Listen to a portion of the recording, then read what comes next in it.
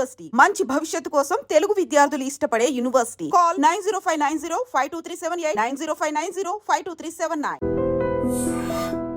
రాంబాబు రాంబాబు ఏయ్ ఆగు.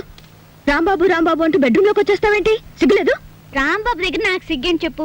అయినా మా ఇద్దరికి ఏ రూమ్ అయినా ఒకటే. ఏయ్ లెగ్గు. ఎండలో తిరిగొచ్చాను, కాసేపు పడుకొని. నీలాంటి ఆడదాన్ని చూస్తున్నందుకు ఒక ఆడదానిగా నాకు సిగ్గేస్తుంది. అవును, లేచిన దగ్గర నుంచి 24 గంటలు రాంబాబు అని తిరగాల? ఇలా పరాయి వాళ్ళతో తిరగకపోతే ఎవరైనా కట్టుకోకూడదు? చూడమ్మా, వయసులో ఉన్న పిల్లవి నువ్వు నన్నలా అనుకోవడంలో తప్పులేదు. నువ్వే కాదు, రోజుకి 2 మగాళ్ళైనా సరే నన్ను వస్తావా అని బజార్లో అడుగుతుంటారు తెలుసా.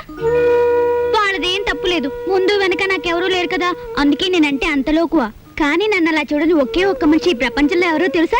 రాంబాబు. అతనితో కూర్చొని మాట్లాడుతుంటే నాకు చాలా సరదాగా ఉంటుంది. నాకు ఎప్పుడైనా ఏడుపు వచ్చిందనుకో, అతని పక్కన కూర్చుంటే ఓదార్పుగా ఉంటుంది. ఒక మంచి మనిషి తోడున్నాడన్న ధైర్యం ఉంటుంది. అందుకేనమ్మా నాకే కష్టం వచ్చినా అతనితో చెప్పుకోవడానికి వస్తాను. అంతేగాని అదేమిటమ్మా, ఓ ఆడది మగడు కలిస్తే ఆ పనికైనా ఏమిటి కొడతా. నన్ను పెళ్లి చేసుకోమని అడిగావు కదా పిచ్చిదానా, నేను పెళ్లి కాకుండానే విధానయ్యాను. అదేమిటి? మరి అదే కదా, ఓ పెద్ద రైటర్ ఉన్నాడు విశ్వామిత్ర అని, నీకు తెలుసా? అవును, అతను నాకు అభిమాన రైటరే. ఆయనంటే నాకు అభిమానమే. ఆయన్ని ప్రేమించాను. ఆయనంటే నాకు చాలా ఇష్టం. ఆయన పుస్తకాలంటే ఇంకా ఇష్టం. అందుకే ఆయన ఏం చేసినా కాదనలేకపోయాను. పెళ్లి కాకుండానే నేను తల్లినయ్యాను. ఇంతలో చూసావా పాపం దేవుడేం చేశాడు? ఆయనకి ఒక లక్షాధికారి 20 లక్షల కట్నం ఇచ్చి వాళ్ళ అమ్మాయినిచ్చి పెళ్లి చేస్తానన్నట. వాళ్ళ అమ్మా నాన్న ఆ అమ్మాయిని చేసుకుని పట్టుబట్టారట. అందుకని ఆయన నా దగ్గరకు వచ్చి నేను ఆ అమ్మాయిని పెళ్లి చేసుకుంటాను, నిన్ను ఉంచుకుంటానే అన్నాడు. నేనెందుకు చెప్పండి బాబు ఆ పిల్ల జీవితంలో అడ్డు? బాగుంటదా ఏమండి? అందుకే నేను ఆయన అడిగాను, మీది న్యాయమే, కానీ నేను ఒక మాట అడుగుతాను, మీరు ఒప్పుకుంటారా అని. నేను మాత్రం మీకు అడ్డురాను, మీరు ఆ అమ్మాయిని చేసుకోండి, కానీ మీరు చచ్చిపోయినట్టు నేను బొట్టు చెరిపేసుకుంటాను అన్నాను. అందుకు ఆయన ఏమన్నాడు తెలుసా? అది తప్పు, చీచి నువ్వు చెరుపుకోకూడదు, నేనే చెరిపేస్తానని చెరిపేసి 100 రూపాయలు ఖర్చులకని ఇచ్చారు. ఆ విషయం మా అమ్మ నాన్న వాళ్ళకి చెప్పాను. వాళ్ళిద్దరూ గోదట్లో పడి చచ్చిపోయారు. అదృష్టవంతులు కదండి. కానీ ఒక్కటి మాత్రం నిజమండి, మొగాడు ఆడదాన్ని మోసం చేసిన ఆడది మొగాడిని కించపరచదండి. అందుకే ఆయన ఇచ్చిన 100 రూపాయలతోనే ఈ పుస్తకాలు కొట్టి పెట్టుకున్నానండి. ఆయన రాసిన పుస్తకాలే అమ్ముతానండి, ఇంకెవరి పుస్తకాలు అమ్మను. బాగుంది కదూ? చూసారా, ఇవన్నీ విశ్వామిత్ర రాసినవే.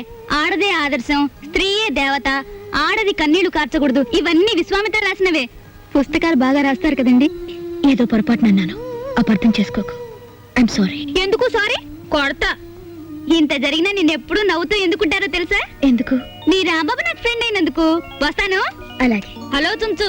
హాయ్ చెంచు, ఎప్పుడొచ్చా? నేను నీకేదో మంచి సంబంధం చూసి పెళ్లి చేద్దాం అనుకుంటే నువ్వే చూసుకున్నావు అన్నమాట. అది సరే గాని నాకు చిన్న ప్రాబ్లం వచ్చింది. నేను లైసెన్స్ లేకుండా పుస్తకాలు అమ్మకూడదని మున్సిపాలిటీ వాళ్ళు అడ్డం పెట్టారు. మొన్న కాంట్రాక్టర్ ఇంటికి వెళ్తే చేయి పట్టుకున్నాడు, చెల్లును కొట్టాను.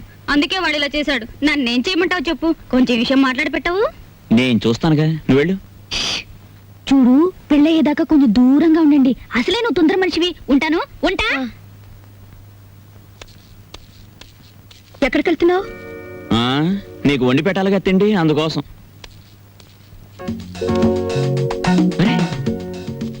అన్నీ రెడీగా ఉన్నాయే. ఆహా, మా విష్ణుమూర్తి చేత వండించావన్నమాట. కాదు, నేనే ఉండాను. నువ్వా? ఏ, నేను ఆడపిల్ల కాదా? నువ్వు ఆడపిల్లవే ఇదప్పటి నుంచి. నిన్నటి నుంచి. అమ్మా తల్లి, నువ్వు గొప్పింటి ఆడపిల్లవే.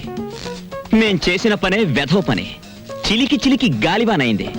ఇంకెప్పుడు ఇలాంటి పనులు చేయక, ఓకేనా? ఏమిటి, కారు ఉప్పు ఎక్కువగా ఉందా?